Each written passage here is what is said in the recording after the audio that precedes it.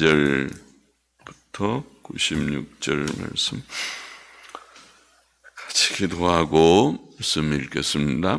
하나님 아버지 감사합니다. 오늘 새벽도 저희들에게 이만큼 건강과 평안을 주시고 하나님의 은혜로 모이게 하여 주시고 또 새벽 예배의 단을 이곳에서 쌓게 하여 주시고 또 혹은 가정에서 깨어 함께 참여할 수 있는 은혜도 주신 것을 감사드립니다.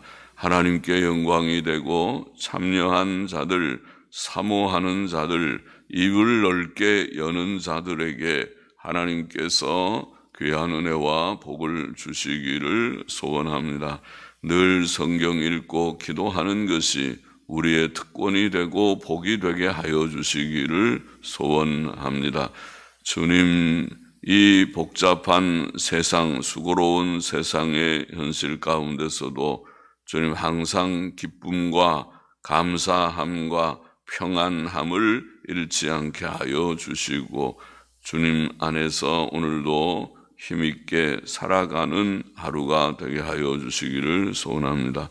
부족하고 심히 미천한 종에게 주의 귀한 말씀의 뜻을 조금 해석하며 함께 나누게 하시고 아무쪼록 저에게 은혜를 주셔서 성경 말씀이 조금이라도 깨달아지고 그 뜻을 음미하고 그 교훈을 마음에 새기게 하여 주옵시기를 소원합니다. 우리는 무지하고 연약하오니 하나님의 영, 진리의 영께서 깨닫게 하시고 교훈을 늘 주셔서 받게 하여 주시기를 소원합니다. 감사하며 예수 그리스도의 이름으로 기도하옵나이다. 아멘.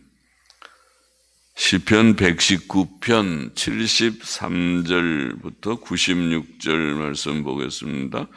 고난과 핍박 중에 말씀을 붙듦, 고난과 핍박 중에 말씀을 붙듦.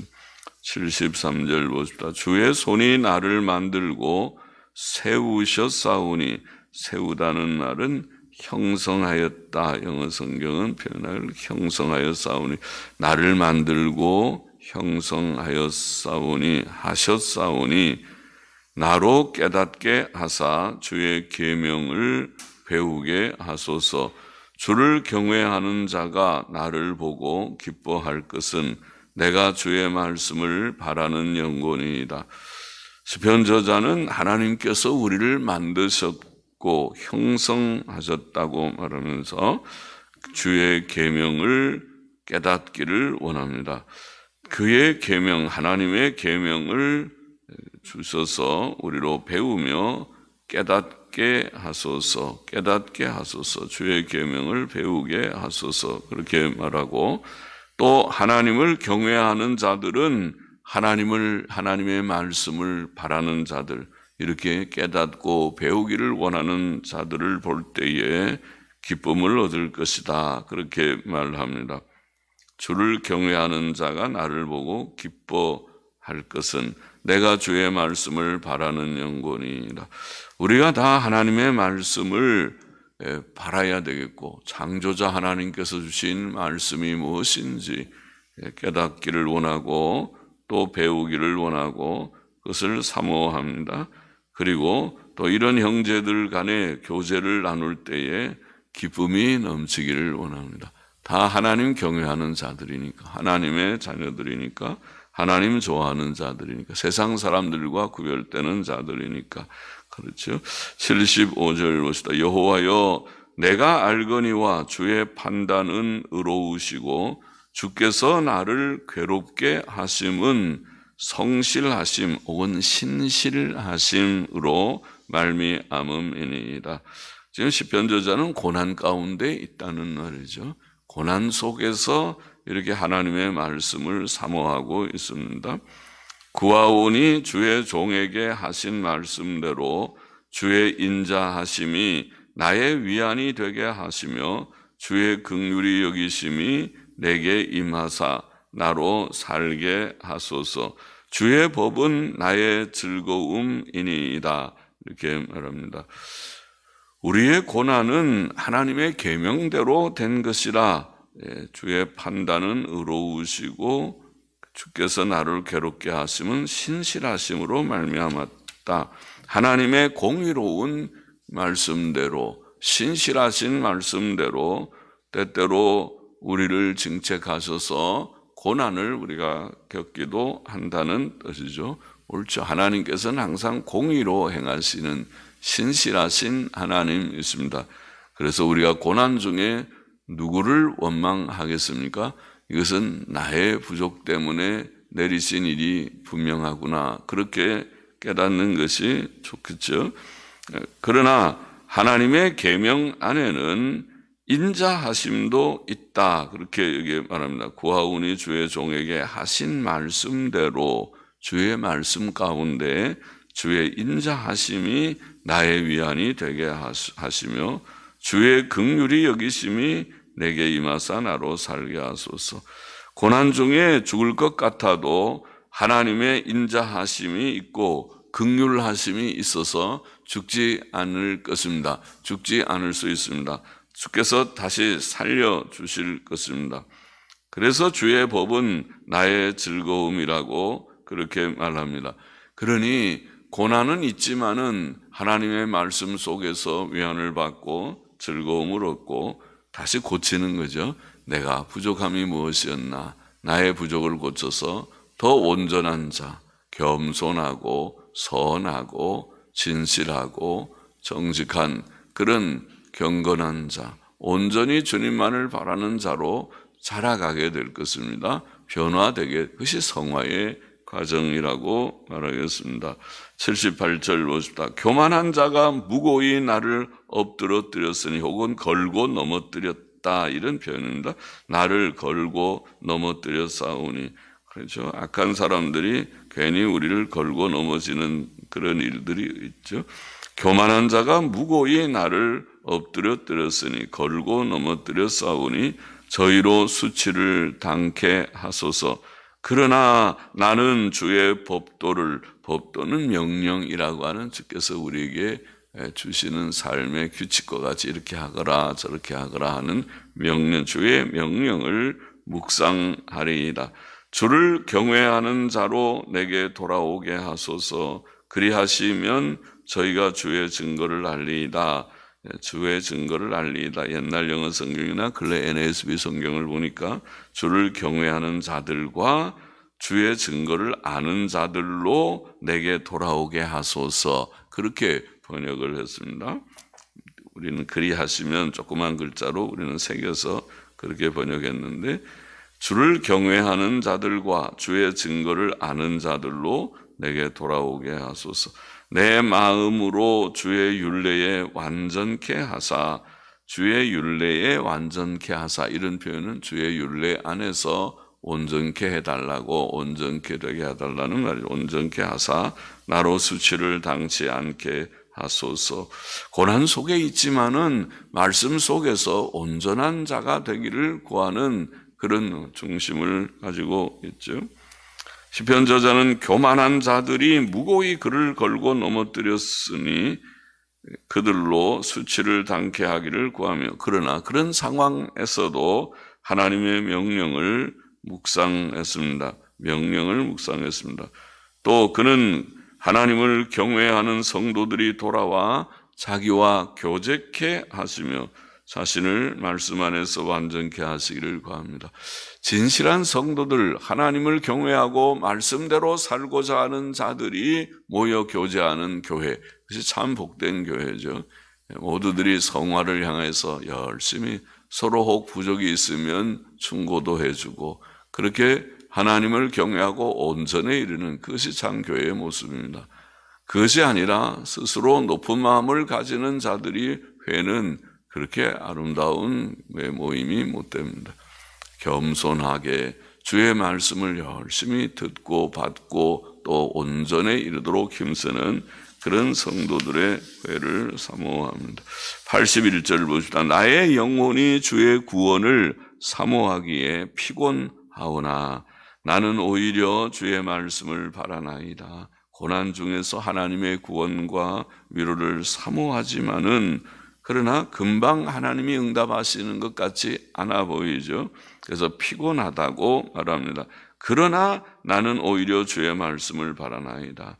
고난 중에 하나님의 응답이 금방 있지 않은 상황에서도 간절히 사모하고 말씀을 바랍니다. 또 나의 말이 주께서 언제나 나를 안위하시겠나이까 하면서 내 눈이 주의 말씀을 바라기에 피곤하니이다. 간절하게 비록 피곤하지만은 하나님의 말씀을 간절히 바라며 참고 기다렸다는 말씀이죠. 83절 보시다. 내가 연기 중에 가죽병 같이 되었으나 오히려 주의 율례를 잊지 아니하나이다. 주의 종의 날이 얼마나 되나이까. 나를 핍박하는 자를 주께서 언제나 국문하시리까. 국문은 심판이라는 말인데 심판하시리까 징벌하시겠다 하신다는 말씀이죠. 시편 저자는 연기 중에 검게 그을린 가죽병 같이 이런 표현을 합니다. 자신의 모습을 표현하기를 심신으로 슬픔과 고통 가운데 있는 자기의 모습이 연기 중에 그을린 가죽병 같다 이렇게 묘사를 했습니다. 그러나 오히려 주의 말씀을 하나님의 율례를 잊지 않았고 또 자기를 핍박하는 자들을 하나님께서 언제 심판하실지 기다리면서 하나님의 말씀을 그는 붙들고 자기는 말씀대로 살기를 소원한다고 고백합니다. 85절 보시다. 주의 법을 쫓지 아니하는 교만한 자가 나를 해하려고 웅덩이를 팠나이다. 주의 모든 계명은 신실하니이다. 저희가 무고히 나를 핍박하오니 혹은 핍박하였사오니 나를 도우소서. 저희가 나를 세상에서 거의 멸하였으나 핍박이 몹시 심했습니다. 그를 죽을 지경으로 몰아댔으니까 거의 멸하였다 이렇게 보면 그렇게 핍박을 받지만은 나는 주의 법도 혹은 명령, 법도라고 번역한다는 명령 그렇게 번역할 수 있는 말입니다. 나는 주의 법도 명령을 버리지 아니하였사오니 주의 인자하심을 따라 나로 소송케 하소서. 그리하시면 주의 입의 증거를 내가 지키리이다. 하나님의 법을 쫓지 않는 교만한 자들이 그를 해하려고 웅덩이를 팠고 무고히 그를 핍박했고 그를 거의 멸했으나 이런 상황에서도 시편 저자는 하나님의 모든 계명이 신실함을 인정하고 그의 명령을 버리지 않았고 하나님의 도움과 심신을 회복해 하시는 그의 은혜를 간구하였던 것입니다. 89절 보십시다. 여호와여 주의 말씀이 영원히 하늘에 굳게 섰사오며 주의 성실하심, 신실하심, 성실이라고 번역된 말이 많은 경우에 신실하다는 말을 번역했습니다. 신실하심은 대대로 이르나이다. 주께서 땅을 세우셨으므로 땅이 항상 있사오니 천지가 주의 규례대로 혹은 주의 판단들대로 오늘까지 있음은 만물이 주의 종이 된 연고니이다. 하나님의 말씀이 영원히 하늘에 굳게 섰다는 말은 천체의 제도와 천체의 규칙적 운행을 두고 한 말인 것 같습니다. 또 하나님의 신실하심도 영원하다고 말합니다. 또 하나님께서 땅을 세우셨으므로 땅도 항상 있다 그렇게 표현합니다. 지구가 안정된 땅이므로 우리는 땅 위에 집을 짓고 살고 있고 어지러움과 위험을 느끼지 않습니다. 매우 안정된 땅에서 살고 있죠. 이처럼 만물, 곧 하늘과 땅 전체가 하나님의 종이라 이렇게 표현했어요. 하나님의 종이기 때문에 하나님께서 정해 주신 규칙대로 오늘까지 변함없이 존재하고 또 움직이고 있습니다. 그래서 하늘도 규칙적으로 움직이고 땅도 규칙적으로 그렇게 움직이고 있습니다. 92절 봅시다. 주의 법이 나의 즐거움이 되지 아니하였다면 내가 내 고난 중에 멸망하였으리이다. 내가 주의 법도 혹은 주의 명령을 영원히 잊지 아니하오니 혹은 결코 잊지 아니하오니. 그렇게 번역할 수 있으면 내가 주의 명령을 결코 잊지 아니하오니 주께서 이것들로 나를 살게 하셨음이니이다. 자, 하나님의 법이 시편 저자에게 즐거움이 되지 않았다면 그는 고난 중에 멸망하였을 것이다. 그렇게 표현합니다. 그러나 하나님께서 그를 살게 하셨기 때문에 그는 하나님의 명령을 결코 잊지 않고 지키겠다고 말합니다. 사람이 영육으로 사는 길은 하나님의 말씀을 믿고 행하는 것입니다. 하나님 말씀을 붙들고 나아갈 때에 영혼의 구원도 받고 육신적으로도 하나님께서 이 땅에 사는 동안 우리에게 건강 주시고 승리케 하실 것입니다. 영육으로 사는 길입니다. 말씀 늘 가까이 하는 것이. 그래서 성경 읽고 기도하고 말씀 늘 묵상하고 그 말씀을 붙들고 지키는 극심한 고난 속에서도 낭망치 말고 말씀을 붙들고 지키라. 그렇게 교훈하고 있는 것입니다. 94절 마저 보십시다. 나는 주의 것이오니 나를 구원하소서. 내가 주의 법도를 혹은 명령을 찾았나이다. 찾다는 말을 보니까 연구하다. 그런 말은 내가 주의 명령을 연구하였나이다. 늘 묵상하고 그것이 어떠한가, 그 뜻이 무엇인가 깊이 생각하고. 복되죠. 우리 성도들이 다 그렇게 하면 좋겠어요. 시간이 조금이라도 우리가 날 때에 혹은 시간을 내어서 하나님의 말씀을 조용히 음미하며 묵상하며 혹은 연구하는 우리들이 되면 좋겠습니다. 악인이 나를 멸하려고 엿보오나 엿보았으나 나는 주의 증거를 생각하겠나이다. 내가 보니 모든 완전한 것이 다 끝이 있어도 주의 계명은 심히 넓으니이다. 말씀을 자꾸 묵상하고 연구해 보니까 주의 말씀이 끝이 없다. 와, 이게 참 깊고 넓고 풍성한 말씀이로다. 그죠?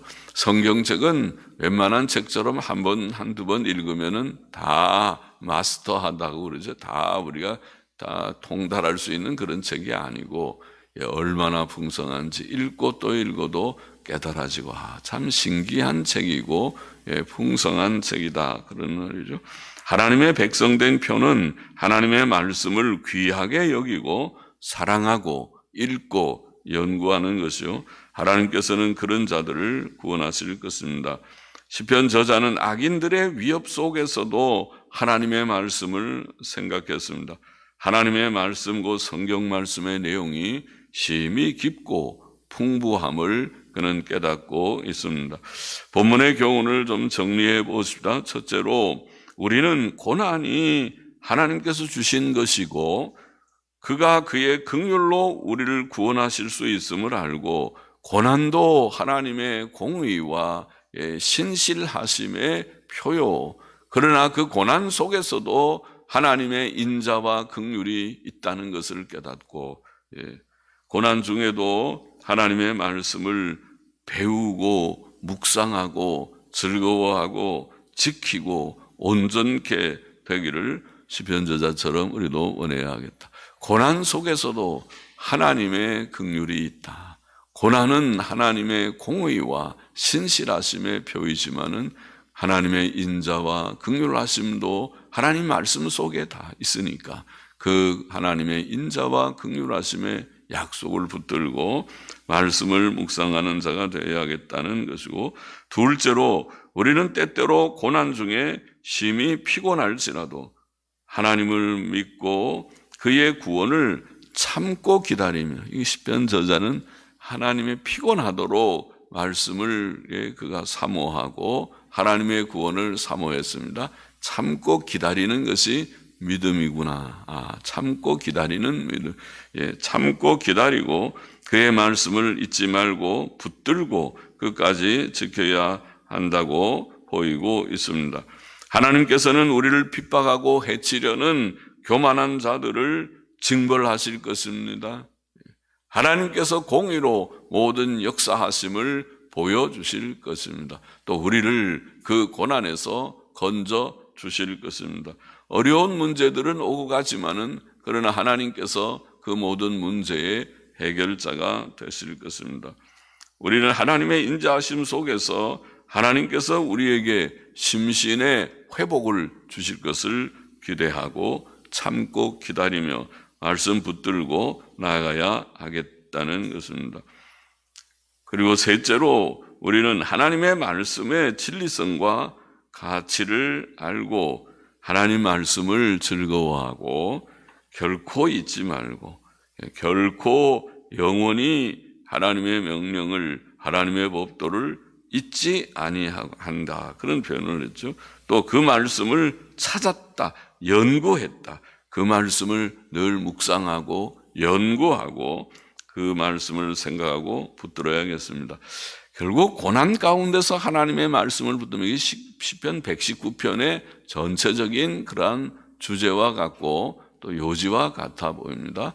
고난은 많지만은 그가 여러 가지 원수들도 있고 또 자신의 육신의 질병이나 연약도 있어 보이는 이런 고난 가운데 있지만은 하나님의 말씀을 붙들고 사모하고 승리하는 그런 성도의 모습을 증거하고 있다고 보입니다. 이 세상에서 우리가 가장 귀한 보화가 있다면 하나님이 가장 귀한 보화이시고 하나님의 말씀인 성경책이 이 세상에서 가장 귀한 보화이다. 금은 보화보다 낫고 은행 잔고보다 낫다. 하나님의 말씀의 귀중함을 깨닫고 하나님의 말씀을 죄하로 묵상하는 경건한 자들이 되기를 원합니다.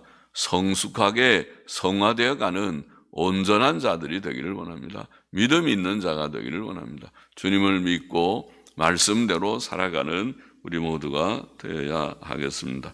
기도하십시다. 하나님 아버지, 고난은 하나님의 공의와 신실함의 증거이지만은 그러나 그 가운데서도 하나님의 인자하심과 긍휼하심을 우리가 믿고 의지하며 하나님 말씀 붙들고 나아가야 한다고 말씀하고 하나님께서 우리에게 응답하시지만은 금방 응답하시지 않는 것 같은 때라도 망망하지 말고 참고 기다리며 주님 앞에 기도하며 말씀 붙들고 나아가면 하나님께서 어떻게 우리를 도우시고 지도하시는지 알게 될 것을 믿습니다.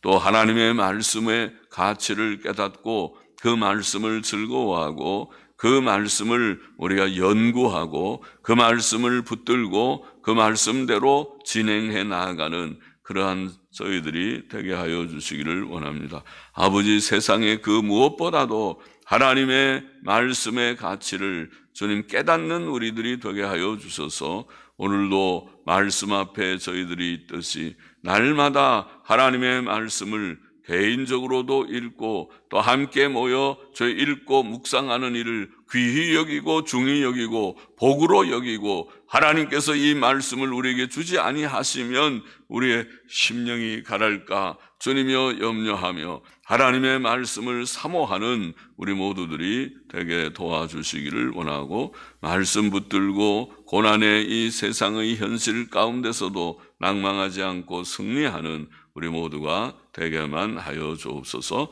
감사하며 헌금하는 심령도 받으시기를 원하며 예수 그리스도의 이름으로 기도합나이다. 아멘. 아멘.